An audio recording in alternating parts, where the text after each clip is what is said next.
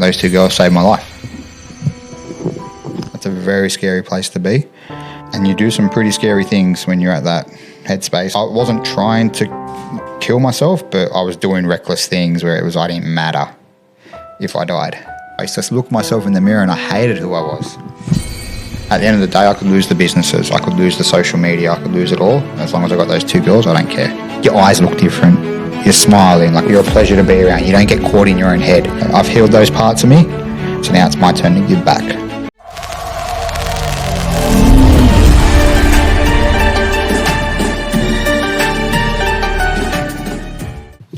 Jamie, the mental health wolf.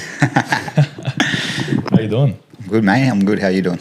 I'm doing well, man. Thanks for coming on the podcast. That's all right. Happy to be here. Really, really excited about it. So, yeah, let's get into it. Man, I love the content. I love seeing where you've come through the past 5 years and your advocacy for mental health and the issues that surround it. And it's been very inspiring. And a lot of it surrounds childhood. Yeah. And it's just making me so curious as to what your childhood actually looked like to see why that all came. So yeah, I wouldn't say a rough childhood, but it was one of those childhoods where it was just a lot of neglect. So like I didn't have parents that were addicted to drugs or alcohol, anything like that. It was more like my parents were working 24/7, so we kind of had to raise ourselves, get ourselves ready for school, get ourselves and all that. And then it was like growing up as a boy, I think a lot of boys need that father figure in their life, and they need that advice, and they need all that side of things, where I probably didn't get that, so I kind of did that myself, which probably led to a few issues. But the way I look at it was I was an 8-year-old boy that was also my own father type of thing. So a lot of trauma can come from that, where you develop in all these mechanisms where you've got to try and survive yourself. But at that age, you don't know how to survive. So you're 8 years old and you're basically fathering yourself. Yeah. What does that look like? For me, it wasn't. I still was a kid. It was just more of for way it looked. I was like that lone wolf type of thing. So like that black sheep of the family, kept to myself. Was very much in my own head. Very much cared about what other people thought, which I didn't realise I did until probably looking at when I went to therapy and stuff like that. But yeah, it was just a lot of in your own head, and you talk to yourself in a bad way and stuff like that, and you get a lot of anger at yourself, and you get very self-critical. Right. But yeah. You mentioned that you really paid attention to what other people thought. That was up until recent. Okay. Well, was that at school? Yeah, that was a big one. School was a big one. That was a hard one for me for school. I was only in high school probably for about 4 years, I think, where I dropped out at the age of 14, where just school wasn't for me. So I jumped straight into an apprenticeship as a chef at 14 years old, and yeah, never looked back from there. So I was definitely not built to study. I was built to kind of work. But yeah, that's where I'm at with it. 14 as an apprentice. What makes me like really curious is up until the age of 14, all of those experiences are crucial for developing as a human being. And there's probably a lot I don't remember. Yeah. And that's probably the beauty of trauma. You kind of forget a lot about things. Like I forgot a lot about my childhood. And it's like even in my therapy sessions now, it's like there's stuff that will trigger out. Like we'll just talk about my childhood or talk about something, and next thing you know, I'm opening up to my therapist about everything that's happened, which I forgot about, and I'm telling her a story about what happened when I was 10 years old. And it was one example of it was like with my dad. So I didn't think I had any father issues or anything like that. And like I said, I never was didn't have bad parents or anything. They were there. They worked full time. They didn't have much money, all that type of thing. So my dad was working 24/7. Mum was working full time as well. But so it was like I saw my dad as my footy coach as well. So I would have probably been, I think the story I remembered, I would have been like 12 or 13 years old. And I only saw my dad when I was at footy training or games on weekends. He was your footy coach? So he was my footy coach. So it was like he was my dad, but I shared him with 14 other kids as well. Yeah. But at footy, he wasn't my dad. So it's like that's my only interaction I had with my dad. So like for a big chunk of my life, for a big chunk of my childhood, and even now, like I still don't have that bigger interactions with my dad. And like we get along so much better now than what we used to. But yeah, it's kind of like now I'm in that position that he's in, except I'm not probably working as much as he is. Right. So I'm spending a lot, like it's the stuff that I realised when I was younger that I'm doing differently with my kids. So, Yeah. And growing up, because you're Lebanese yeah. and your dad is Lebanese, Yeah. did they immigrate from Lebanon? My dad's parents did. And then I think they were pregnant with my dad when they came to Australia. So my dad is pretty much Australian as well. Okay. You grew up around that culture. Yeah. So I kind of grew up I call it the best of both worlds. So I had that Australian culture and I had that Lebanese culture. I'm probably like the only Lebo that can't speak Lebanese or Arabic. So yeah, but no, I grew up with both cultures. I'm very proud to be Lebanese, but I'm also proud to be Australian as well. Yeah, that's beautiful. And I mean, growing up with your father being a footy coach and you having to navigate, where the role models are, that would have been a tough thing to do. Yeah. What role models as a were kid, you trying to get to? As a kid, it's probably a lot tougher than like when I look at it now. But yeah, I kind of just blended into it, and my dad was my coach. Like that's the way I looked at it. And it's kind of funny the way life works, because then I went down that path of I played the rugby league and then went into coaching, and then I stopped once I had kids. But yeah, I went down that coaching path, and it was probably like in my head that trauma side of things where I wanted to be like my dad. Okay. So I played footy like my dad. I coached like my dad. Tried to follow his footsteps, and kind of realised probably about 4 or 5 years ago that that's not the path for me. So then I went into owning cafes and social media. Because I think it's a tough one with that Lebanese culture as well, where like social media is a bit frowned upon. I don't know if the Lebanese culture. With my family, it is. Yeah. It's like I don't think they see it as the way it is now. How you can turn it into a career. You can do something with it. You can help people with it. I see that as well. I can only assume, because I want to know how your parents describe your work, because it's social media and it's mental health. Yeah. And something that I don't think is talked about too often is in the immigrant culture, or at least in the more traditional culture, mental health is not a thing. It's just pull your pants up and work. Yeah. And I struggled a lot with my dad with that. Like I know when I went through a lot of stuff, like I don't know if anyone will relate to this, but I used to get the whole, when I was growing up, you're an Eid, you don't cry. So like I grew up with that mentality. So talking about my mental health was a very hard thing at the start. And then it wasn't. And I'll admit, I've got my whole family blocked on social media, on my page, because I couldn't use it as like an outlet anymore. Where at the moment, it's not an outlet anymore, but back when I was starting to post, it was my outlet. It was a virtual journal for me. So I blocked my whole family, because I'd post something and then they'd be calling me going like, blah, blah, blah, X, Y, Z. Why are you saying this? Why are you saying that? And all that. And that's why I went by the name The Mental Health Wolf, because I didn't want to associate it with my family name or my name or anything like that. I just wanted to kind of have that as like a private thing. Yeah. And when I first started posting, like you couldn't see my face. It was the back of me. So I'd be walking away from a camera, or it'd be quotes or something like that on a screen. So it's kind of that, there's a bit of shame there around probably like disappointing my family or disappointing the family name. And it probably wasn't until last year or the year before where I started putting my face on things. And it was this year I still got the name, the Mental Health Wolf username, but I put my name in it. Yeah. Where now it's got my full name in it. And but my family's blocked still, so I don't know when I'm probably going to unblock them and let them see that, but I'm in a better place now. And it's the posts aren't as dark and negative anymore. There is still a bit of that in there, but that's more for the awareness side of things. Okay. But I'm in a lot better place, but I don't know when I'm going to unblock them. So, and I think a lot of people that are on social media, or even just starting that social media journey, will probably relate to that, where it's you block a lot of people because you don't want them to see that side of you. It can be a pretty vulnerable place, social media. Why do you think that's the case? Well, when you first started doing that? People pleasing, man. People pleasing. It's that whole you care what people think. Now I don't care. Okay. Now I don't care. And I say to everyone, when everyone talks to me about this people pleasing side of things, because I used to be the biggest people pleaser in the world. I used to care what everyone thought. Where the one thing that I I tell everyone, and I tell myself, it's, do you pay my bills? It's so if I sit here with you right now and I'm giving you this opinion and you don't want to hear it, do I pay your bills? No, I don't. So why does my opinion matter? You know what I mean? So that's one thing that stuck with me, and it works. That's interesting. So. Another point of view I heard was if they're not where you want to be, then why are you listening from them? Yeah. Massive. Like mediocre. Yeah. Right.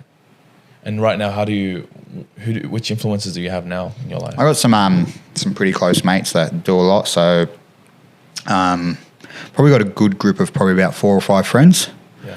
Where we're always together, whether it's in the gym or we're in the sauna, the spa, or we're going out.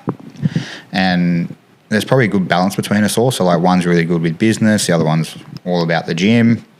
And then we got like a mate that's just a party animal. So that's not me either.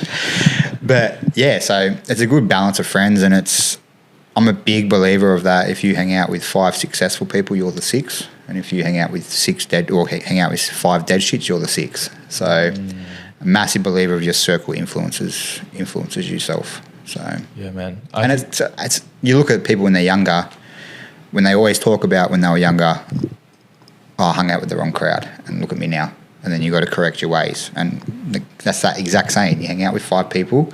If you hang out with 5 successful people, you're the 6th. And if you hang out with 5 unsuccessful people, you're the 6th. 100%. I think that applies to almost everything. Yeah. Like if I hop into a really, really nice car, you want it. It feels different. You want it. Yeah. Yeah. And then if I hop into a car you. that's just been junked around and has like crappy dents and everything on it, there's an actual feel that's different. Yeah. It's not just people, it's the environment. It's everything. Even this room, like there's a feeling that comes associated with it. All right. And in school, were you hanging around the wrong people? I was probably a bit of everything. There was a bit of the wrong people, a bit of the right people. Probably for me, I didn't know who I belonged to back then. So I kind of was, and it goes down to that people-pleasing side of things again. It was you just try and fit in everywhere. So I was trying to keep everyone happy. So I wasn't the cool kid, but I wasn't the uncool kid. Why do you think you tried to fit in with everyone? Because I cared what people think. And why do you think you cared about what people thought? It just comes down to probably being abandoned as a kid and neglected. Okay. You're just trying to, if you keep people happy, then they got no reason to leave you. So it's a big thing that I had to train myself with in my brain. Probably about 2 years ago, going through therapy. Now I couldn't give 2 shits. If someone leaves my life, I'll show you the door. But back then, yeah, it was a hard thing for me to come to terms with. Like, it was very hard, like, just trying to keep everyone happy. It's exhausting, man. It is exhausting. And I honestly believe that abandonment and people-pleasing is probably one of the hardest things to heal inside yourself. Yeah, because it's a core. It's the core of what you are. 100%. Because it's like being afraid to displease anyone. I know that's where I was. I didn't want to displease anyone. Not a single person. Yeah. I went through that, man. In school, I almost felt like a chameleon. Yeah. I felt like a chameleon. I blended in every situation and tried to fit in with everyone. And what that actually did was it just caused me to just feel like shit. Yeah. Every day I'd come back exhausted. I couldn't even focus on what I was learning. You do. I couldn't. Because you're worried about everything at that moment. So you're worried about, even while you're sitting in your class and you're learning, you're worried about what you look like or how someone's going to look at you, or if you ask a dumb question. You're worried about, like, and that's what's crazy about this whole side of things is the brain doesn't stop. So it's like, I recently learned, like, and I don't know if it's just me or there's a lot of people that are like this, but there's a lot of people that aren't, where it's people don't have that internal dialogue inside their head. So I could be sitting here talking to you right now and I'm thinking inside my head and I'm talking to myself inside my head at the same time. But some people don't have that voice. So it's I think it comes down to all that in the past, all that trauma. I want to talk about that internal dialogue because for me, it was huge. I think I heard my own voice even more than the voice I was speaking out to people whilst I was speaking. And I think what that really was me detaching from the present, what was actually going on, and getting way too in my head. Yeah. I think a lot of that came down to also what you were talking about. I had an incredible father figure in terms of being a man of integrity and having honor. The way I received it, though, because home life was so different to school life, was that I had to shut off and be two different people. Yeah. At home and be a different person at school because there's a lot of pressure on me as a kid. Man, that's sometimes the way I look at it with my social media as well. It's like I'm a different person. So it's like when I go see my family, it's not the social media side of things they don't see. They know about it all that side of things, but I don't necessarily think they understand the scale of it. I think my family are a bit old school where they don't understand that side of social media, where it's a big thing now. Like, social media is bigger than TV. It's bigger than, like, it's the number one source of what people do now. Recently, live streaming on Twitch, YouTube, and those platforms has overpowered and overcome just TV. Yeah. Normal TV. And it's been like just a few weeks ago, that number dropped and inversed. Yeah. And it's been exponentially rising ever since. And it's interesting that you're using that to promote social media, to promote mental health. Yeah. You're using the resources of reach to promote that. And it wasn't until recently, the main statistic of, 7 men a day topping themselves. Yeah. A day. That's in Australia, yeah, 7 men a day. I think it's like over 700,000 a year worldwide, which is crazy to think about. Like, that's a big number. But yeah, that's the whole reason. The whole reason I got into social media was, I know when I was going through the bulk of when I was going through hell, like, I was alone, and like alone mentally, but I was alone physically as well. I couldn't turn to my family. I couldn't turn to anyone.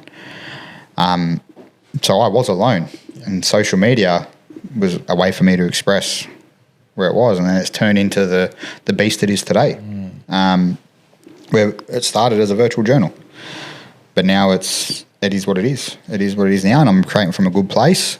But the whole way I create now is, I don't want people to feel the way I felt, because that's a scary place. That's a very scary place to be. And you do some pretty scary things when you're at that headspace. And it was like I wasn't trying to kill myself, but I was doing reckless things where I didn't matter if I died. You get that? So it's like, I didn't intentionally go out of my way to kill myself, but I was doing things that if it happened, it happened. And it probably didn't bring that shame to my family, where I think that Lebanese culture, if it is suicide, it's pretty big, like, in that Lebanese culture, because like the way, like, with the whole religious side of things, where they say suicide is a sin. Yeah. So, and my grandparents are quite religious, very religious. So I grew up Catholic, and I grew up in that religious household. But like, I was even taught suicide is a sin. Yeah. And there's probably that part of me that thought that, where it was like, I could make it look like it wasn't. Man, that's so big. I think a lot of it is also shame. It's a lot of shame. You know what's weird? There was a moment where I also went through that, and I was more concerned with what my family would think about my own death than what I would think about my own death. Yeah, that's where I was. My own life hung under the balance of someone else's opinion. Yeah. That's that people-pleasing side of things. But that's how I was as well with mine. Like, mine was, I was worried about what my family would have to explain to people. Right. So it's probably why there was a lot of shame for it for me, and that's why I turned to social media and was a very anonymous person. I started to name the Mental Health Wolf, but there was no face. Yeah. It was just me expressing to stop myself from going down that path, because, I was in a bad place. And it's only probably the last 12 months, and I think it took for my marriage to end, for my dad to kind of accept about my mental health, where it was like, he was trying to get me to go back, and it was just like, I can't, Dad, like, I'm just not in a good place. And I literally had to, like, sit him down. I think I yelled it at him, because he just kept telling me, and I was like, Dad, if I do this, you're going to bury your son in 2 years. Because I wasn't myself. And there's no discredit to my ex-wife or anything. She's the best person in the world. It's just we didn't work. But I became a shell of myself. And I looked in the mirror, and I was just a skeleton. Like, it was just like looking at a skeleton. It wasn't Jamie. It was like my eyes were sunken in. My cheeks were drawn in. Like, I was a zombie going through life. And there's so many people I know personally that are going through exactly that. Yeah, it's not an easy thing. Marriage is probably the hardest thing to go through. And I think the ending of a marriage is probably even harder. Yeah. So it's a pretty big thing. What do you think is an important thing to establish before someone gets married, now that you've had a failed relationship in that way? Friendship. Okay. Where I think me and her, we didn't really have that friendship. It started as just a straight relationship, and that's how it rolled. But I definitely know if I was to get back in a relationship now, like, it's taking it slow. So we're starting as friends. That's it. Like, there's no questions to it. We're going to spend the next 6 months being friends only, and really getting to know each other, because I think when it comes down to, like, even the culture side of things, again, like, she was Italian, I'm Lebanese, and it comes down to that, like, why wait? Like, look at our parents, like they probably were together for 3 months before they got married, where it's not like that anymore. Like it's a whole different world. But you look at marriages all end now. 50% of marriages end. Half the people that get married don't last. That's an annoying statistic. That's a big statistic, bro. That's a scary statistic. Because there's a lot in the balance when it comes to that side of things. Like financial, there's houses, there's kids. It's not an easy thing. And it's not an easy thing being a single parent and having your kids 50% of the time. Yeah. Like that's probably one of the big things I struggle with at the moment is not seeing my kids every day. Because like my kids, that's me. And like my kids were probably the catalyst for my change. So honestly, a lot of people who haven't gone through these experiences, it's easy to just have a blind eye, take a blind eye to it, and just fall in love with the process, with the person, and just be emotionally drawn to whatever's happening. Yeah. Marriage is so much more logistical than it is emotional. Business. 6 months. Marriage is business. That's the way I look at it. Marriage is like a business transaction. Like you're doing things for each other. You got to keep each other in the same place. Like you've got to, and that's probably one thing I learned from my marriage ending was like that 100% rule where it's like you give 50%, I give 50%, or you give 100, I give 100, 80-20 type of thing where like it's so easy to fall into the fact where it's like you're just trying to cater to someone's needs or you're walking on eggshells and there's probably times where I was walking on eggshells and there's probably times she was walking on eggshells. It was just like, I admit I'm a busy person. Like I run 2 businesses, I've got the social media, I've got the kids. So it's like, I don't even think I've got time for a relationship in my life at the moment. So it's just, it's a weird place. It's a weird place. And once it all ends and you sit back and you do your therapy work on it and you do your healing and then you realise I could have been a bit of a problem here. So, but that's all learning. So for me, it's correct my wrong. So now if I do get into another relationship, I'm not bringing that past with me. Right. That's starting fresh. That's crucial. Yeah. And I think a lot of it comes down to being able to identify in the first place. And a lot of that comes from expression. Yeah. Which goes completely opposite to the shame and the need or the desire to want to isolate. And that's obviously with culture. And a big part that you keep re-mentioning is therapy. Therapy is number one, mate. It is number one. I don't care what anyone says. If you don't go to therapy, go to therapy. No, therapy was massive for me. I'm still in it now, so I only picked it back up last week, so I probably wasn't in it for the last 6 months, but I coped with everything amazingly the last 6 months. So now for me, it's more just delving more into my childhood. I've realised I've probably healed a lot of things.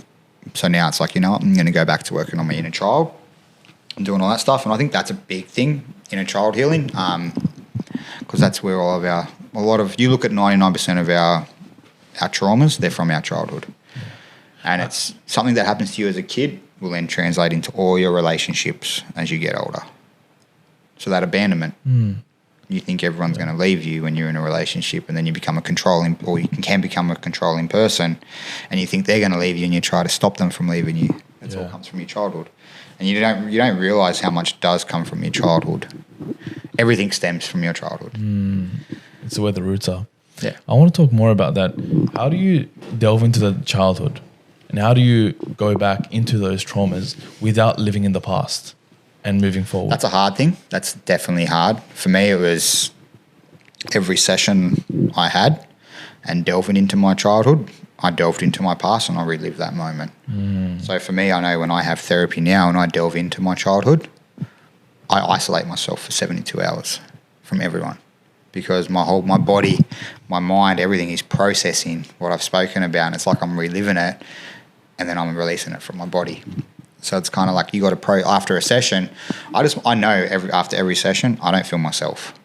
Like I just feel really withdrawn from everyone. I feel really flat, kind of feel a little bit depressed. And it's because I've just relived that moment. Do you think that's healthy?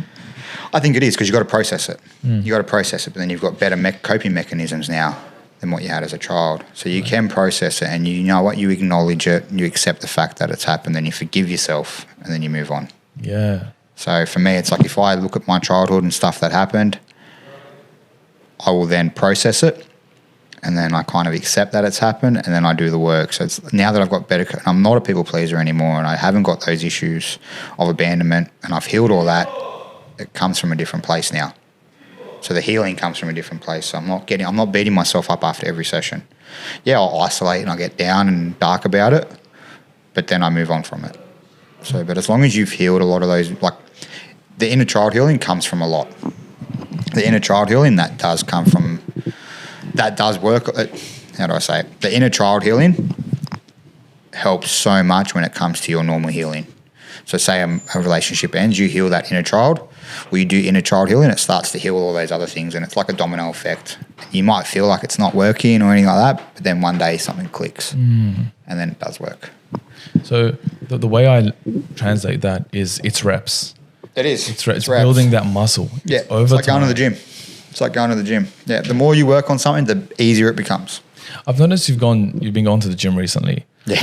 And honestly, my first piece of advice for a lot of people going through depression is just move. Yeah. Get out there, do some push-ups, run a bit, walk. Yeah. To be able to just get out of the head. And I know it's easier said than done, but getting out of your head could also be getting into the body. Yeah. You've been recently on a journey where you've come back into fitness. Do you see any parallels there? Massive. So I know when I'm in the gym, there's nothing else that matters to me. I'm not thinking about work. I'm not thinking about my personal life. I'm not thinking about financial issues. Like, I'm not thinking about anything but getting through that session. So it's probably like the gym I'm at, which is the Air Locker gym at North Sydney. That is you're working that hard and it's high altitude. So you're in fight and flight mode that whole time, that whole hour of the session. So it's like you got no time but to think about just getting through it. So I definitely feel like the gym, my good mate Chad, he's the one that brought me back into the gym. So I probably just dedicated myself too much to work and spent every waking moment at work, where it's only now I'm starting to kind of pull back a bit from work and focus on me a little bit more and getting everything back to being who I was. So getting that fitness right place. And I think when I stopped playing footy, that was a big thing for me. I didn't realise it was a big thing for me. Well, just getting out of that team environment, didn't realise that would affect me as much as it did, but it probably did subconsciously affect me when you're not around the boys anymore and you're not playing footy, there was no outlet. So there was no place to release that frustration, that anger or anything like that. That goes deep primarily as well. Yeah, so getting back into the gym was big for me because it was like there's boxing involved in the gym, but there's also weights, and I think I don't know how to explain it. There's no greater feeling than picking up 100 kilos on a bar and throwing it around like you own it. So you're mine. Yeah. So I think that comes down to just how men are built. Yeah. So there's something that the gym has really taught me, and it's that those traumas, those struggles, that's your motivation. They are used to grow. Yeah. What it did for me is, ever since I started joining the gym and going hard, and now it's taken me to becoming an arm wrestling competitor. But back then, a world championship, by the way. But back then, when I was like obese, I had blood pressure all over the place, cholesterol. The second I started to see results, I realized, addicting. Oh, bro, addicting. Because those 1 hour sessions that I did not want to go and they hurt. Yeah. The 3 days, the DOMs, it hurts. But after, the results come, and it takes time. It does. And I look back to when I was a child and the traumas and the hardships and the isolation, moving 6 different schools, not being able to talk to anyone. The first time I was in a relationship was 21 years old. And I didn't masturbate until that fucking time. Not once, bro. As your brother, you want to hear that? Right. Everyone knows that. Yeah. But all that isolation, all that difficulty, all that the stress, the trauma. It is. Led to what? Led to me being able to grow and become independent. Yeah. Mate, the traumas are the biggest motivator in the gym. Like, I'm one of those people that don't need music to train. I can use my brain. Where I can just probably think about something bad that's happened to me, or there's some situation I'm in where it's just, that's going to fuel me. And it's a weird place, the way my brain works. It's very weird like that, where I can probably turn a pain into a power. And it's through therapy I've learned that. Right. So, and that's pretty much like the key to my social media now, is I'm turning my pain into power. That's actually interesting, because upon first impression, it's easy to think that you're delving in the past. Yeah. It's easy to think that the pain that you went through is just pain, and it's like there's no end result, because you're really feeling and being present in that moment. But now you're telling me that pain becomes the power. When did you start to make that realization? Probably about 6 months ago. 6 months ago when it came to the content side of things. So like I know a lot of people will look at my content and be like, he's going through that right now, but I'm not. I've really learnt to detach from it, where I could be the happiest person laughing and joking with you right now and walk out of this room and post the deepest, darkest shit. And you'd be like, holy shit, I didn't even know Jamie was feeling like that, but I'm not. I'm just turning that pain that I had into power to help someone else.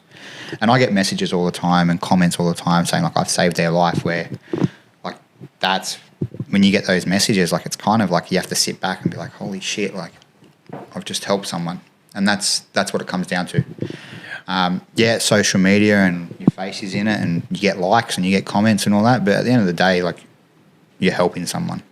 And that's what we put on this world. I believe that's what everyone's put on this world to do, is to help people. Help people. And I look at it as like hurt people, but healed people heal people. So I'm kind of on that journey now where I'm not fully healed, and I don't think we ever will be fully healed. It's a continuous journey, but I'm a lot further than what the people that follow me are. Yeah.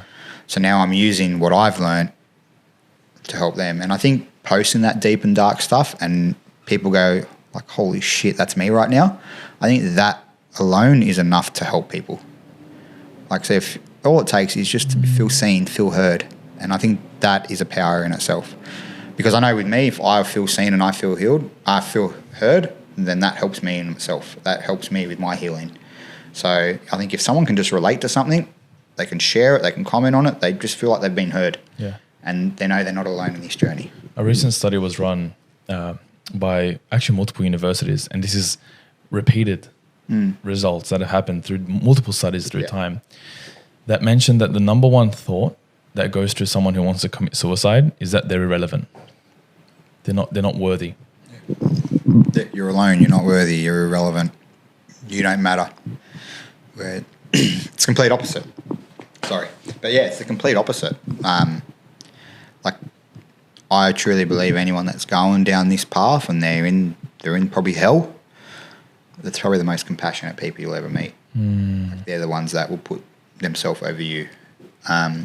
So it's a pretty big place to be. It's a pretty scary place to be. But yeah, you feel alone. And I know when I was in my hell, I felt alone. And it was, social media probably helped me a lot. But as well as my kids are probably the biggest helper for me. It was just like, I can't leave them behind. I don't want them growing up without a dad. Yeah. Or I don't want another person raising my kids.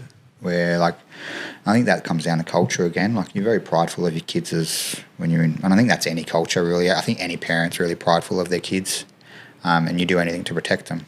Like I didn't know what love was until I saw my daughter for the first time. So now I know what love feels like. But yeah, it's just, I think that's a big game changer for a lot of people when they have kids. Like there's someone bigger than you. Right. That's the way I look at it. It's not just you have to worry about anymore. Like you're responsible for other children. You're responsible for other people's lives. They're in your hands. Yeah. That sense of purpose. Something bigger than you. Yeah. It's not just your little world anymore. There's a world outside of you. When you had Charlize and Sienna, and now they're basically toddlers and beyond, what do you think you needed to start doing for yourself in order to raise them in a way that you want? Therapy, mate. You know what it was for me? It was, therapy does help 100%, but I think for me it was being happy. I had to find that happiness inside of me because it's true. Like if you're unhealed, and you can pass that on to your kids, it goes from generation to generation. So for me it was, I need to do something about this because I don't want I don't want my kids to heal from a childhood that I had to heal from. Yeah. So my catalyst for everything was those two girls because they don't deserve that. And it's probably like I didn't deserve it as a kid, but it stops. I got to stop it. So my biggest thing is those girls. Like I've got the social media, I've got the businesses, I've got the mates. But for me, my number one priority is those two girls. Yeah. At the end of the day, I could lose the businesses, I could lose the social media, I could lose it all. As long as I got those two girls, I don't care. Those two girls saved my life. So that's the way I look at it. I owe them the world. Shout out to Sienna and Charlize. Oh, man. think the beauty of having that purpose is amazing. And I'm not telling anyone to just go out and have kids to have that. Yeah, go have kids. It helps. But what I realize is from the ages of 0 to 7, kids are a sponge. 0 to 7, yeah, massively. They will absorb everything. There is no internal judgment. There is no internal indicator as to what's right and what's wrong. Yeah. And I think that's huge in how the parents show up for the kid. It is, yeah. And I try to be more mindful than what I used to be, especially when it comes to parenting. Like, they do something that annoys you. Like, there might be sometimes I'll get angry at them and yell at them, but then, like, I feel really bad about it a couple of minutes later. Then I go say sorry to them.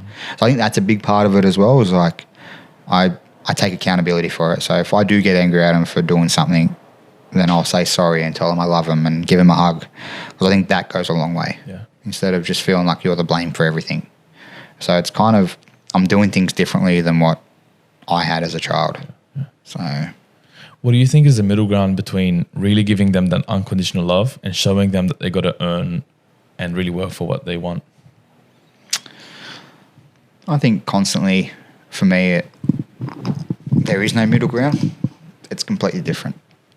There is, you got to earn. I think earning your love is probably the worst place to be. 100%. It's a different world now. Back maybe when we were kids, or especially when I was a kid, it might have been a bit different. But these days, it's not how it is. There's that much we've had to learn about the way the brain works and stuff like that, where it's shown that it doesn't work. That brute force doesn't work anymore. Like, it's just the way the world is. Like, it's like you hear the whole gentle parenting and stuff, and you know what? It is the hardest thing in the world to gentle parent, and I don't gentle parent most of the time. There is times, like a lot of the times, where I have to yell at them and stuff like that, but I take accountability for it, and I apologise, but I'm more aware now. So the yelling isn't there anymore, and that probably sounds really bad. I'm not much of a yeller when it comes to the girls, but it's that whole gentle parenting side. So it's that self-aware, and I'm not a perfect parent. Like, I know I'm not. I'm still learning as I go. My girls are only 4 and 2, but you kind of just got to roll with the punches. Like, they're kids at the end of the day. That's the way I got to keep telling myself that. Like, they're kids. They don't know any better. What did you realize about yourself being with them? I'm more of a kid when I'm with them. Really? So it's like my inner child comes out and plays with them when I'm with them, when it's just me and them. So we go to the park and I'm having fun with them, or go on the scooters or the bikes or in the pool, same thing. Like, it's like my inner child comes out and plays with them at the same time, which was massive for me, because it's like it was probably healing my inner child at the same time as working with these girls. So I think that was big for me. It's just like I get to kind of relive that childhood I feel like I didn't have as a kid.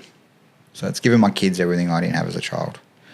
So that can be a hard place as well, because I know there's a lot of pain in that, where it can turn nasty, where it's like you just give your kids everything and they become selfish. But it's not like that. For me, it's the mental side of things, and it's that emotional side of things, that I'm giving those kids everything I didn't have as a kid.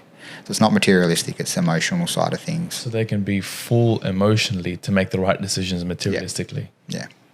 Correct. So, yeah, I made all those mistakes, and now it's time for my kids not to make those mistakes. And I think that's our goal as a parent, where it's like, I know when I was growing up, it was like, I made this mistake, so now it's your turn to make this mistake. You got to learn your lesson. Well, I don't think that's how it is for me. I learned enough. I've made enough mistakes, and I've learned enough lessons where I can pass that on to my kids, where they don't make those same mistakes. Man, that's massive. That aspect of being that role model and taking accountability for yourself, so that the people that are looking up. Yeah. Like, my marriage ended because of my kids. Not, that sounds terrible. That'd make a good clip. Because I was unhappy. I was on the verge of wanting to end it all. But the reason my marriage ended is because I wanted my kids to see me happy. And as selfish as that sounds, I think my kids deserve to see both their parents happy.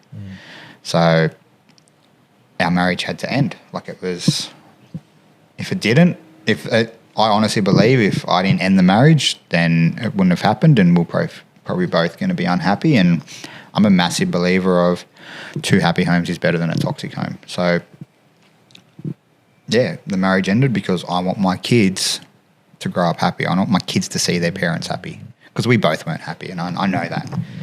And anyone can say, oh, whatever, but yeah, my kids deserve to see their parents happy, and I deserve to see my kids happy. Can I say a controversial opinion? Go for it. I think anyone can work through anything, and that there will be times of happiness and unhappiness, and feelings are just emotions. That said, I think the ability to identify the feelings and have someone else who's independent enough to identify those feelings and not let it get in the way of the relationship is important. Yeah. So the way I've approached things is I don't focus purely on just happiness because I know it's a feeling. I focus on how we can get there together. In your relationship, do you think it was the fact that you weren't happy, or do you think it was the fact that you both didn't know what you were feeling? I definitely wasn't happy. But I think the relationship ran its course. I didn't want to fix it. I know that. Really? Yeah, so it was just like, I knew it wasn't, I don't know, it was that gut feeling where it's like, you know what, deep down I know this is not where I'm supposed to be. And it's a hard thing to explain to people. They don't understand it a lot, where it's like, I don't know, something inside of me was telling me to leave. Like it was, she deserves better, you deserve better. Yes, anything can be worked on, but you've got to be willing to do it. And I just feel like we were past that stage where there was periods there where it was really good and then it was really bad, but those good periods would last 2 months, 3 months, but then it was bad again. Okay. So for me, it was just a vicious cycle. Like it was, I couldn't keep doing that. And there's been thoughts where I could have gone back, but it's like, you know what, it's just going to go down that same path. What do you think separates a healthy relationship from an unhealthy relationship? Because I think all relationships go through up and downs. What do you think the difference between an unhealthy and healthy relationships is when there are the down periods? Communication. Communication. Communication's a big one, and I was terrible at communicating. I used to be the worst, and it came down to, my past. Like I didn't talk about things. So it's the stuff I'm learning at the moment, to start talking about my feeling. Well, I'm really good at it now, but like talking about what's going on inside your head or stuff that bothers you, that was big for me.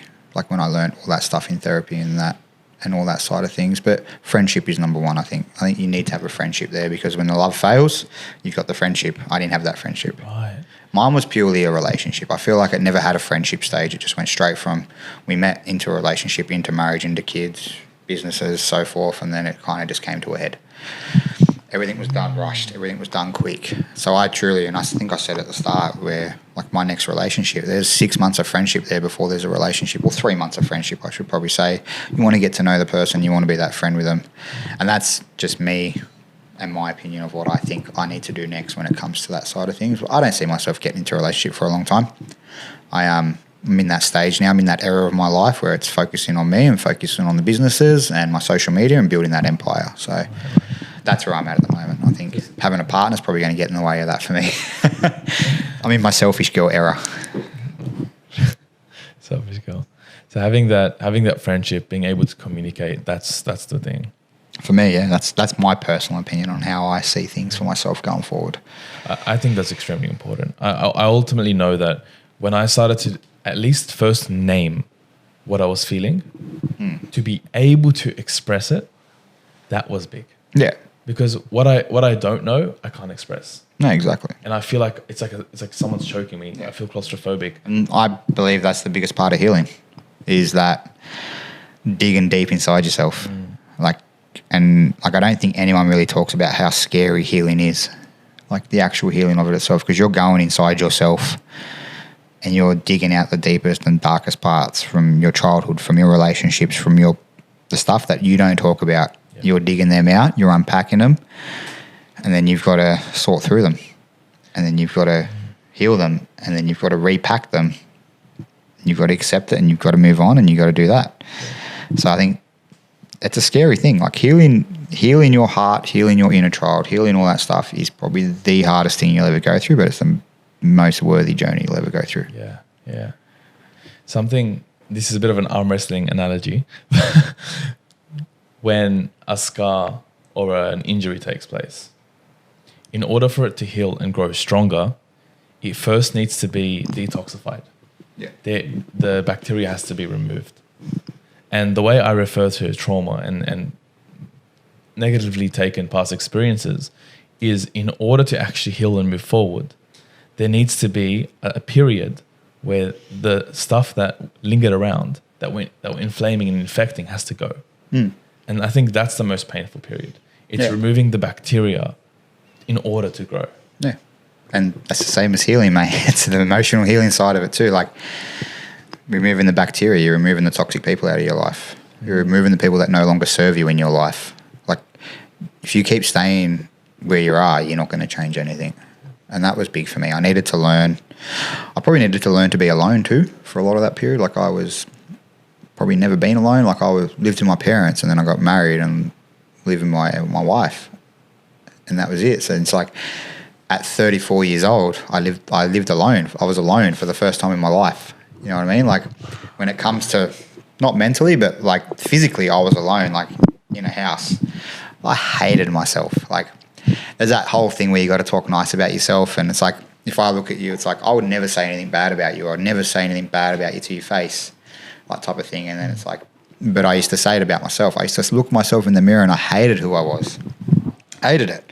And it's like a crazy thing for me right now, is because it's like, I like who I am as a person now. So it's like, I've never felt that in my life until I was 35 years old.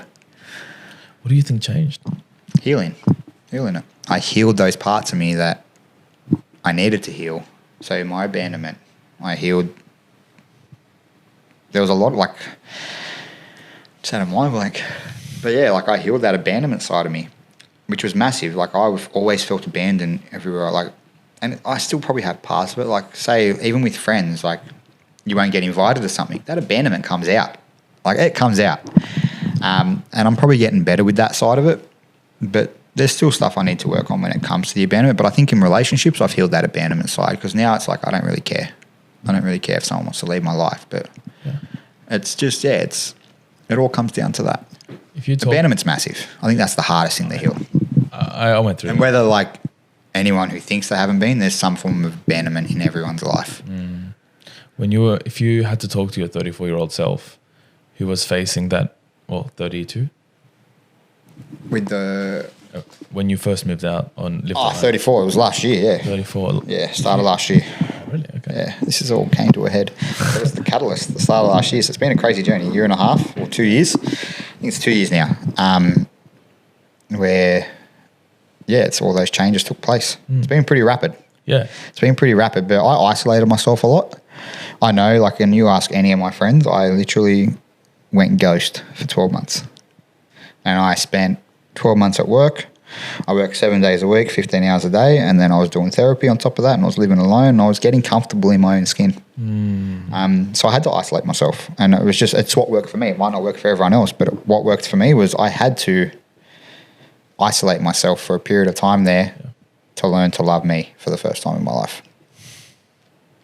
Learning to love you. Yeah. I'm doing it now. For the first time in my life, I love myself. And as selfish as that, as bad as that sounds, you need to love yourself. It's the biggest thing, and I can now talk good to myself. There's still moments where I probably say some pretty nasty things to myself, but I'm getting better with that. But I do love myself as a person. Yeah. I love the person who I've become. I'm a genuine person. Like, I know, and it's a weird thing to say. I just say my energy is unmatchable. Like, I know if I'm in someone's life, I'm adding value to it. And that's the way I look at it. I need to add value to people's lives now. So I've healed those parts of me. So now it's my turn to give back. So now I try and turn that into the social media side of things, where I start posting that content of, I've healed those parts of me. So now it's time for people to learn how to heal those parts of them too, if they're not, because not everyone can afford therapy. It's not cheap. Like, it's $200, $300 a session. You do that every week, like, it adds up. Like, it's a big hit, especially the way the world is at the moment. Everything's going up in price. Yeah. If you had to talk to yourself facing abandonment issues, because I know there's a lot of people who currently right now, they're facing exactly what you faced a few years ago. What would you say to yourself? Don't give up. Do this. You need to have a purpose. My purpose was my kids, but I think everyone needs a purpose in life when it comes to this side of things. But if I was talking to my 34-year-old self now or 33-year-old self when this happened, it would be just keep going. Like, it's as tough as this is going to get, and everyone's going to turn against you and everyone's going to hate you. You need to have that purpose because that's your motivation to keep going. So for me, I was lucky enough I had my kids, where the amount of hate I copped and the amount of abuse I copped off people, I was in my mind, in my head, it was those two girls. They were the ones that were keeping me on track. Because I owe it to them. I owe it to those girls. They don't deserve to have the upbringing I had. Yeah. They don't deserve to have to go to therapy for a number of years to heal things that happened to them as a kid because our parents didn't do it. So, you need to have a purpose. And I say it to everyone when they're like, oh, I don't know how to heal, I don't know how to do this. You need to find a purpose. Like, you need to have your why in life. Once you have your why, then you become accountable. Once you become accountable, you don't want to let the people down around you, and you don't want to let yourself down. Yeah. And I believe if you have that why, you won't let yourself down. You need to give yourself a reason not to give up. I can even feel it when someone has their intention set on something. If someone knows their why, I know for myself, the second I knew my why, game changes. Everything changes. The game changes massively. The why is big, and mine were my kids. What do you think people that are struggling to find their why would probably benefit doing? Probably getting those thoughts out of your chest. So write down everything that's inside your head and write down what you're grateful for. Write down what's important to you. And then you can probably start looking at where that why is. And I think everyone has a why, whether it's friends, it could be your family, it could be a pet. Like, everyone has a why, or like a motivation in life where they keep going. And even if you are young, like, you've got a why. You've got your friends at school, or you've got a partner, you've got a pet, you've got your mum and dad, your brother and your sister. Everyone has a why. And if you feel like you don't have a why, then I truly believe you write down the people that are important to you in your life and you figure out where that why is. Because I guarantee you everyone's got someone important in their life. So I think that's so huge. There are so many young men and women out there who are struggling to even find a reason to live. Yeah. And to think that everything can be used as a reason to live. Even the fact that you're breathing and it's 1 out of 400 trillion for you to actually be breathing. It's a hard thing to think about too. Like, for someone that's been there, like, if you were to say to me, breathing is a reason to live, like, I'd be like, shut the fuck up, mate. Like, I would 100% be saying to you, like, shut the fuck up. But when you get into this place, like, it's true. You've got a reason to live with that breathing and with everything around you. But when you're in that depths of hell, nothing fucking matters. Like, nothing matters to you. And you're reckless. You don't care. My kids were what brought me out of it. So it goes down to that. They were bigger than me. And they became my why. Yeah. So, I think everyone has a why. Whether it's, you can say all you want, you have no one. There is someone in your life that will be there and that will listen, and they become your why. And that's the whole reason for the social media. If you don't have anyone, my social media is there to show you that you aren't alone. Yeah. So, As a man, white man, who... Probably more tanned. I'm just joking. As a white man who, to some people, I might have privileges that others don't. The one thing I needed when I was in that really deep, dark place was someone to just say, man, I love you. Yeah, you're right. And I've got a mate that is very big on compliments, and he gives them out like there's no tomorrow, but he's really genuine about them and he does mean them. And that was big for me. It was like having a mate tell me they were proud of me, of having a mate tell me of how much I achieved in the last 2 years compared to where I was, or the last 3 years compared to where I was. Like, having those people around you that were genuine to you and genuine about your progress and told you they loved you is massive. Like, you need people like that in your life. And people say all the time, like, you don't mean it. But it's like, no, I genuinely believe it. Like, you're doing great things. I love you. Like, and men don't, and I think men say it enough to each other, like as much as they say they don't. I think most men in friendships will genuinely just roll off your tongue, I love you, bro, without a beat, your mate saying it back to you. So I think men are really good at that, to be fair. And men are really good at probably showing they're proud to each other, especially if they're good friends. Yeah. Like if you've got friends that support you and friends that back you, they will have no hesitations telling you that they're proud of you and telling you that they love you. And you'll have no hesitation saying it back. So it's probably a good place to assess where you are in life. If you've got mates that probably don't celebrate you, then you probably need to change that circle. And I had mates that didn't celebrate me. It was all about what I could do for them. Yeah. And once I started my healing journey, I quickly realised who those people were. Yeah. And then I isolated myself for 12 months, and then I reconnected with the people that were genuine. Something I realized with that is the people that can really appreciate me when I go through something, they're not in their own head. Yeah. They have to be outside of their own head to appreciate what I've done. Yeah. And that assessing where I am in life, if I'm assessing where I am in life and every time I do something that I'm really proud of, the people around me put me down for it, means they're too in their own heads to even look at me and actually appreciate what's going on. Yeah. So it's more about them having to go through their own self-development journeys and me removing myself from that and finding people who have already done that. Yeah. And can complement. Surrounding yourself with the right people to be that sixth person. Yeah. But yeah, what you said is 100% correct. But there's also people that won't celebrate you because of who you are, because it's you. And like I think anyone that's on the social media journey will understand that one, where it's people just don't like you because of who you are. Like I get a lot of people who think everything I've done is luck. But like they don't see the side of the things that don't make social media, like the side, like I share a lot of the vulnerable side of social media, but I don't share those times when I'm sitting in my room crying, like stuff like that, or like wanting to end it all. Like I never shared all those moments. Yeah, I speak about it, but I never shared those moments. And now I probably do a bit more because I'm coming from a healed place instead of a hurt place. But yeah, I think there's a lot of people that don't necessarily, you can have friends that they're your mates, but they're probably really jealous of you, or they don't like you just because of the fact that it's you. Yeah. So like I saw a saying once where it was like you could post something and it'll have 400 views before it'll have 400 likes type of thing. So it's like they're watching you, but they don't like you. And I had a lot of mates like that. And I had a lot of mates that probably thought what I was doing was pure luck. And yeah, luck does come into a lot of things. Like it's a chance when you go viral, and then it snowballs. But the hard work you put in, like for me, it was a lot of hard work anyway. It was once I went viral, I rode that wave. So it was just double down on creating content and just not let the hate get to you. Because when you do go viral, you cop a lot of hate.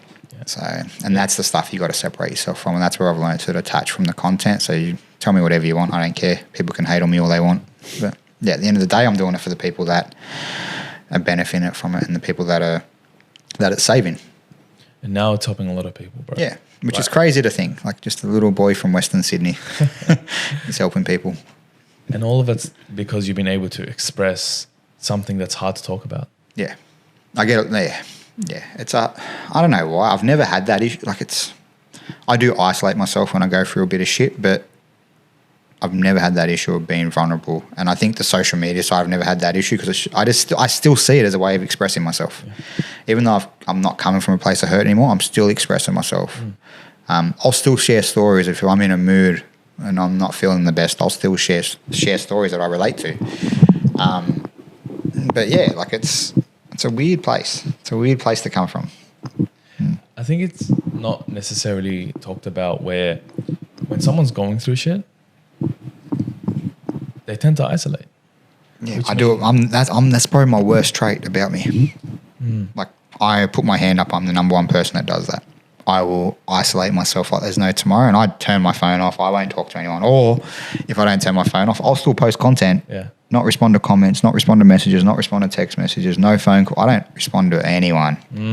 But I think for me, I become self-aware now. So yes, I'll isolate, but I'm very aware of what I'm going through and I'm making steps to change that. So that isolation doesn't go for months anymore. That isolation may last 3 or 4 days. When you're isolated and you're isolating because you're going through shit, what does someone who loves you need to do? Self-aware. You got to become self-aware of your thoughts. That's when it matters, is the way you talk to yourself. That self-critic inside of you. You've really got to be kind to yourself when you are isolating. And it's hard, man. Like and anyone that does that self-isolation, it is so hard because you can get caught in that trap. And I still do it sometimes. I truly believe I still do it sometimes. But in terms of my self-isolation now, I'll still get on with my day. I won't self-isolate and not go to work and call in sick and do all those type of things, not go to the gym. I'll still get on with my day. It's just I won't talk to my friends. If I have a partner, I won't talk to them, or my family. I won't communicate with people. I'll still do my day. I'll go to work and do what I have to do, go to the gym, do everything I do in my normal day. It's just that social life for me now. I isolate from my social life because I don't want to bring my mates into that. So for me, I keep doing what I have to do. But I try to talk kinder to myself. And like I said, those isolations don't last months anymore. They last days. Yeah. And that's when I knew I was doing I was healing in the right way because, I bounce back from things a lot quicker than what I used to. So if I had a really deep, dark, depressive episode, I'm telling you, like sometimes it would last 6 months. And it was just a snowball effect. And your thoughts matter, man. Like the way you talk to yourself, the way you talk to others, that's where it stems from. So self-talk is the biggest thing, and it sounds so cliche, but self-talk for me, it was once I changed the way I spoke to myself, I felt that happiness starting to creep back in. Jamie, if you're going through that period, what's something that I can do to help? I think if you are going through that period, and you do self-isolate, I think you need a friend that's going to break down those doors. To be fair, if you're, unless you really want to be alone, but if you look and if you self-isolate and it's not for the purpose of you want to be alone, you need a friend that's going to break down those doors.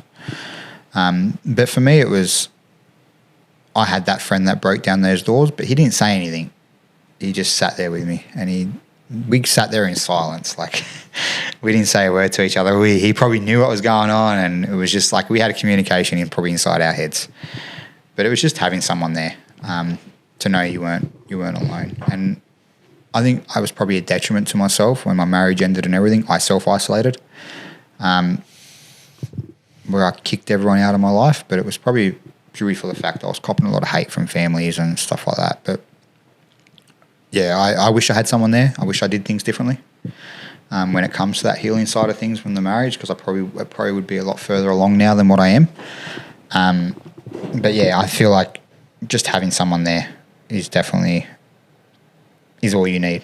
Yeah. Someone that can talk to you without talking, if that makes sense. Someone who can listen. Yeah, not even listen, just sit. Because I know when you're going through shit, you don't want to talk. But having someone there that you know that can be there for you, and just not even having to say anything, just know that someone's there for you, I think is all a lot of people just need right now. So, well, I need it anyway. When I was going through stuff, I think just having someone there helps. Yeah. Not even talking. Don't even talk to me. Just sit with me. We'll have a beer. Like sometimes that's all you need. And you've been able to really go on this crescendo where your life has changed completely since then. Yeah. I'm a different person. Like anyone that knows me 3 years ago, they don't know me anymore. That's the way I look at it. So anyone I was a mate with 3 years ago and we're not mates now, like I'm a different person. I'm not that person anymore. I want to know more about the version of you that has healed. I think there is a lot more to be discussed and to be shared on your social medias. But I want to know the healed Jamie. I want to know what's going on with you right now. That healed. Definitely in a really good place right now. Probably been happy. Happiness is my main emotion now for the last 3 months. But for me, it's just that healed side of me is now not being ashamed of my social media. That healed side of me is not being ashamed of what people think about me or how people perceive me. So for me, I'm starting to do stuff with my social media now, where before it was just purely helping other people, where, I'm still going to help the other people, but you know what? I've got a massive following, so I'm going to probably do something with it and start helping people in a different way. So I'm looking at releasing a journal and probably some clothing and doing stuff like that, but I'm also getting my face out there a bit more. So I'm probably going to take this social media thing a bit more seriously than what I'm doing. And in seriousness, it's more like putting my face out there a bit more. Yeah. I've got a really good reach, so I might as well why not expand on it and start using it for the good that it's there for. So yeah, the healed side of me is a much happier version, and it's probably a perversion that people want to be around. I know my mates say it to me now. It's like the 360 I've done on myself, even the last 12 months from when I stopped isolating myself. Like they've just seen the growth again in the last 12 months. So it's, for me, it's just about being better than what I was yesterday. Now that I'm in that good place, I've got those tools where I can kind of start building those blocks and put in. It's not just living one day at a time anymore. What's the one main thing that your mates have noticed you changed about you? The happiness side of things. So it's just being that joy to be around. And I think my mates have said it to me where it's like we've been out and it's like, mate, you're just like your eyes look different. You're smiling, like you're a pleasure to be around. You don't get caught in your own head. For me, I got caught in my own head a lot. Like I know if I was out with my mates and I was in a bad place, like I'd get to a certain point of the night and I'd just leave. I wouldn't even say anything to them. Just walk out the door like that's it. That's all I can take. Where now it's like I can stay out with the mates and we can have fun. We can do what we need to do. And it's more of being that, like I can not just get caught in my own head. So I'm socialising more. Where when you are going through a bit of shit and you're out with your mates, you tend to pull back. Especially it depends on the environment as well. But yeah, it's more of a happiness for me. That was always been the goal for me. It's getting that happiness. And I know happiness is just an emotion. But for me, my main goal has been I want to wake up every day and be happy. Like I know a lot of people wake up and it's like, fuck, I got to do today. What have I got to do today? Got to go to work, got to do this, got to do that. Where for me it was I wanted to wake up and smile. What happens on the days where you don't actually feel happy? I try to find something in my day. So I do a lot of self-talk. Like I know on the way to work, it's like you create your day. And I talk to myself, listen to good music now. I tend to find now, even with the music I listen to, it's not depressing music anymore. So I'm a big fan of country music, even though that can be depressing, but I do love my country music. Mm-hmm. But yeah, I find just when I wake up on those days and I don't want to do anything, I probably am a lot more kinder to myself and I won't get up and start my day straight away. I might lay in bed for a little bit and I try to reconnect, and I try to reconnect to my inner child on those days. So it's like I lay in bed and I'll close my eyes and visualize my inner child and have a conversation with him and try and show him that love. Because I think on those days where you don't feel like it, like in my head, I purely believe it's my inner child trying to tell me something. So I've kind of gone on that little bit of a spiritual journey since healing the inner child. And I think that's what happens with everyone when they do a bit of inner child work. You get a little bit of that spiritual side. So you start believing in the universe and everything happens for a reason. Everyone you meet's for a reason and all that type of stuff. So that's definitely been a good thing for me, I think, this spiritual journey. And that's after you've started to heal. Yeah. To be able to see that now. Yeah, you start to look at things a bit differently. And by spiritual journey, like I don't get into the tarot cards. I don't have crystal with any of that stuff. But it's believing in that universe or believing in what you believe in.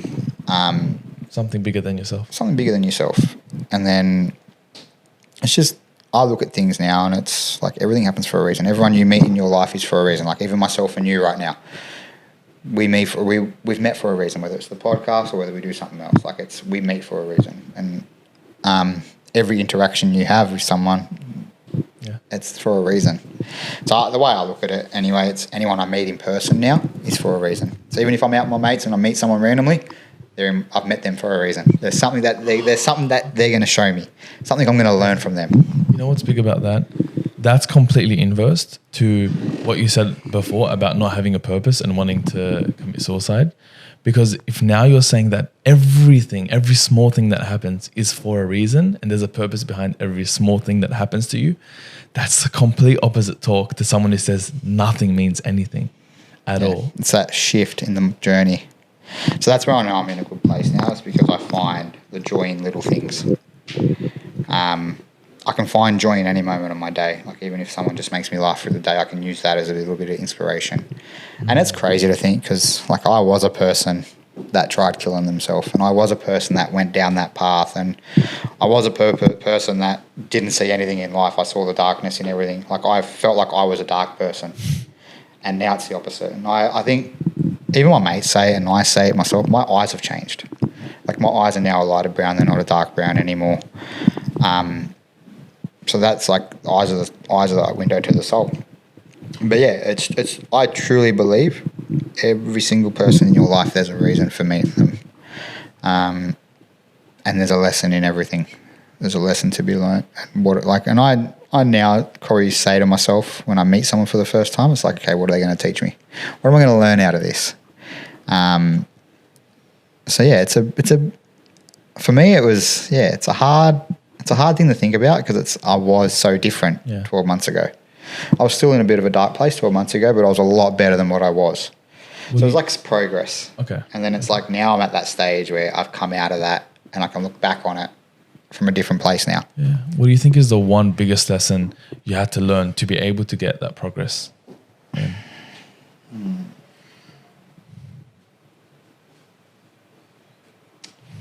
That's a hard one.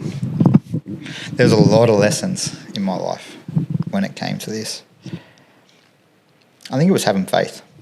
I think for me it was having faith. It was just like, for some reason, the last 12 months, it's like no matter what I went through, whether it was friendships ending, like relationships ending, I just knew I was going to be okay. And I don't know what it was. It was the last 12 months something shifted. And it was just like, yeah, I'm going through the hell, but I'm going to be okay. And I don't know if it was my kids that gave me that purpose or that why, but deep down I knew I was going to be okay. Like I knew this was just temporary. Like, and I believe that with a lot of things. Like that's one thing I learned was everything will pass. Every feeling is temporary, whether you believe it or not. Everything is temporary, and that's why I've got it tattooed on my hand. This too shall pass. So every feeling is temporary. Every emotion is temporary. Like there's been days where I've been on top of the world, but there's been days where I've been back in that dark hole. But they don't last. Those highs don't last, but those lows don't last. And so, yeah, I'm a big believer of that. And it is true. If you sit there and you look at the last 6 months of your life, I guarantee you there's been highs, there's been lows, but they haven't lasted. The lows might last longer, or the highs might last longer, but I believe the way you deal with it is the determination, is the way it determines how long it will last. Because you can't play that victim where it's all about you look at it like they always have that saying, it's about the cards you get dealt. It's the way you play the hand.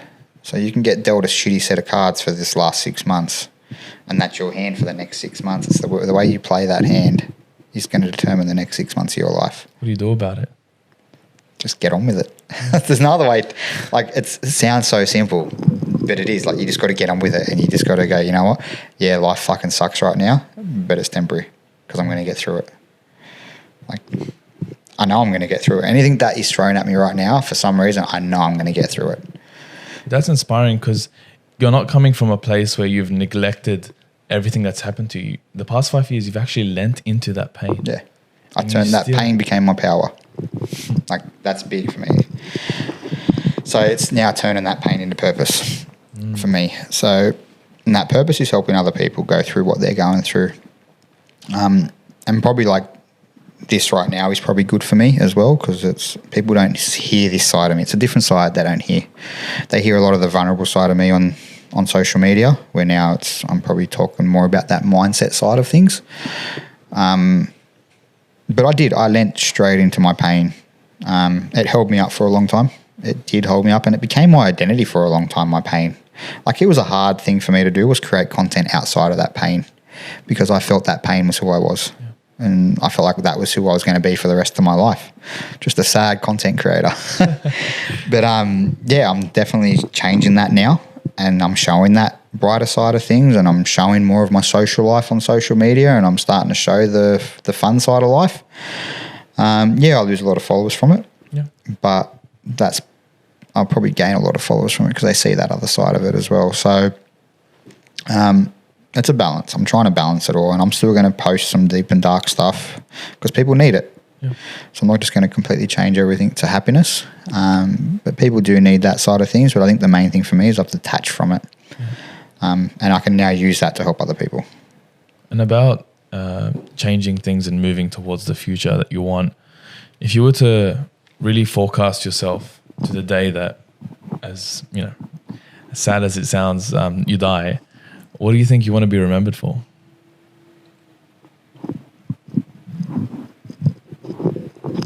definitely want to be remembered for someone that never gave up. And like I've made everything public about me, so I definitely want to be remembered for someone that didn't give up in life, and no matter what, kept pushing forward. But I also want to leave a legacy for my kids, where my kids can say they were proud of their dad. Because I think that's a big thing, is to have someone proud of you. I never got it as a child. I never heard as a child that they were proud of me. I probably heard I'm proud of you off my dad once in my life. So that in itself is a motivation for me. And it's not about making my dad proud anymore. It's about making my daughters proud. So for me, I need to really make sure these girls have a life they can say, like, they can talk about their dad and have a sense of pride about him. And someone that, like, I know as a kid, it's like with my dad, like, he was a great man and he was high integrity. He did everything he needed to do. And I was proud of him. Like, it was a sense of pride talking about my dad. It was that he's the king of the jungle type of thing. So I kind of want that with my kids as well. I want my kids to be able to talk about their dad and not be ashamed about him. Not be ashamed to say, oh, my dad went through stuff. This is who my dad is. My dad's sad. I want them to see, like, my dad is this person. So I want to leave that legacy behind for my kids, where they can be proud to talk about me. So, yeah. I love that. Nothing materialistic. Yeah, it's funny how when it comes to death, materialism just goes out of the window. It does, yeah. And it's really just the people we love. Yeah. And you know what? We all die. We all die. It's going to happen whether we like it or not. But, yeah, for me, it's just I want to live a purposeful life now. So I want to live what I was destined to live. And I know I'm destined for greatness, as probably as egotistical as that sounds. I know I'm destined for more than what I'm doing right now. And I believe the path for me is social media and going down that path. So, yeah, it's all about now creating that life I want to have, but doing it in the right way. Doing it in an authentic way. Yeah. I don't want to sell myself out, so I'm definitely not going to jump on brand deals and do all this type of stuff. But I'm definitely going to use it for the good, for the good side of things, and help people with it. About transitioning and becoming someone that can really be proud of everything, which I honestly think there's a lot to be proud of already. Yeah, it's a scary. It's a hard thing to do. It's a hard thing to be proud of yourself, especially when you've lived a bit of the painful life, and you feel like you get a bit of that imposter syndrome and you don't deserve it. And there's a lot of times where it's like, fuck, look what I've created. And it's like, I just feel like I don't deserve any of this. There's so much better people than me out there that have probably done a lot more than I've done. And I'm just this fucking 35-year-old male from Sydney that, tries to help people. So, which we don't get much of in Australia. Like, I think what I do is quite big in America. There's a lot of that mental health talk going on in America. America does it really well. Where I'm probably like one of the only ones in Australia. Like, it's scary for me to think I look at Beyond Blue and Are You OK Day and Black Dog Institute. I've got a bigger following than they do. So I am the biggest mental health creator in Australia right now. And that's a weird place to sit. It's a place of pride as well. But for me, it's like, who are you? Like, how did you get here? So for me, that's a hard place for me to sit, because I'm now bigger than all the charities in Australia. Yeah. Yet I'm relatively unknown in Australia. You know what I mean? I'm big overseas, but in Australia, I'm relatively unknown right now. Jamie, I think it's because you're so real. It's because people can actually relate to what's happening. Yeah, and that's all I've tried to do. And I think I've said it to you before, where it's when I share a piece of content, I make it as if I would share it myself. So when I post something, it's, would I share this? And if I would, then it gets posted. If I wouldn't share it, I'm not going to post it, because it's all about, and I try to make everything simple. I try to really, like, you look at a lot of mental health content and they use the big words and the buzzwords and all that, where I'm just breaking it down. And it's like, yeah, life fucking sucks, but you know what? We get on with it. We go on with it. We just got to find joy in a bit of our day. So I think simplifying it has really helped me, and just kind of putting that man's twist on it, where it's just like, yep, just make it easy. Make it healing for dummies, because I know I needed it. So I think a lot of people, and I know myself, it's almost like as if no one else is going through it. And I used to rationalize that, and I'm just different and I'm going through shit and no one else can see me. I did the same. 100% did the same. Man, and it's the most lonely place to be. It is the most lonely place to be. But Yeah. I also look at, if you want to know someone's going through stuff, look at what they share on social media. Okay. Look at what they share to their stories and stuff like that, because that's their way of talking to you without talking to you. And that's where my content comes into play. So that was literally the catalyst for my content, was if someone shares my content to their story, they're going through shit. So when I was posting the dark stuff, that's what my content was there for. And I've had people reach out to me where it's like, I saw your post through a friend that shared your post. So like, thank you, because I reached out to them. So that's where I create now. I create from that place where it's, if someone shares it, then that's their way of talking to their friends and family without talking to them. What would you say to the person receiving this on a story? It's like someone seeing it on their story, I would reach out to that person. 100% reach out to them. So if you see my content or anyone's content where it's remotely the way it is, and it's a bunch of words on a screen, or someone talking about mental health, or someone talking about breakups and stuff like that, I can guarantee you that they're sharing that from a place of pain. So I'd reach out to a friend if you see some content like that on a story, because that's their way of telling you without telling you that they're going through something. And I used to do it as well. I used to share it to my Instagram, and it was my way of saying I'm not okay. Yeah. So that's now how I create content. So yeah, it's kind of it's a way to tell someone you're not feeling yourself without telling them. And now you're being that shining light. Yeah, now I'm trying to show that happy side of it. So I posted one the other day where it was about, I hope my happiness makes you sick. And the amount of shares that one got. So I think there's a lot of people in that place as well, where they're on that journey where it's like I'm showing that happiness. So yeah, like it people share it. So if you look at, I guarantee you go on your phone right now and you look through the people's stories, you'll find something in there where someone's telling you they're not okay. So it's just paying attention. It's definitely paying attention to it. Jamie, thanks for being that beacon, that shining light for me. It is what it is. Like that's another thing where it's like, it's hard to accept those compliments, because you know what, I think anyone would do what I'm doing given the chance. At the end of the day, you all want to help people. I think that's what we're put on this earth to be. I think we're put on this earth to help people. Whether it's financially, whether it's emotionally, mentally, physically, us as human beings, we're here to help. So yeah, it's not, I don't need the praise for it or anything like that. It's just, I feel like it's me giving back. I've done probably some pretty shitty things in my past. So now it's my way of, doing the right thing by people. So yeah. And I still remain on it. Thank you. Thank you. I'll take that compliment. Thank you. Thanks for coming on the podcast and really being vulnerable and showing you. Thank you. Thank you for having me. It's been good. It's finally good to probably put a voice to what I do now. Because that's probably the last step in this journey for me, is adding the voice to the person. So I've added the face, I've added the name. I think now it's adding the voice. You're not American, you're an Aussie. I'm an Aussie. Australian Lebanese male. But no, that's what it is. And I think that's what's made me so good in what I do, is I never had that voice. So I didn't pigeonhole myself to anywhere. So I've got followers from all over the world now. But now it's, I want to add that voice in and start to do more. Yeah. So yeah. Love that. Next step. Can't wait to see where this goes. Yeah. That's it. It's going to be fun. It's going to be fun. Let's do it. Let's do it.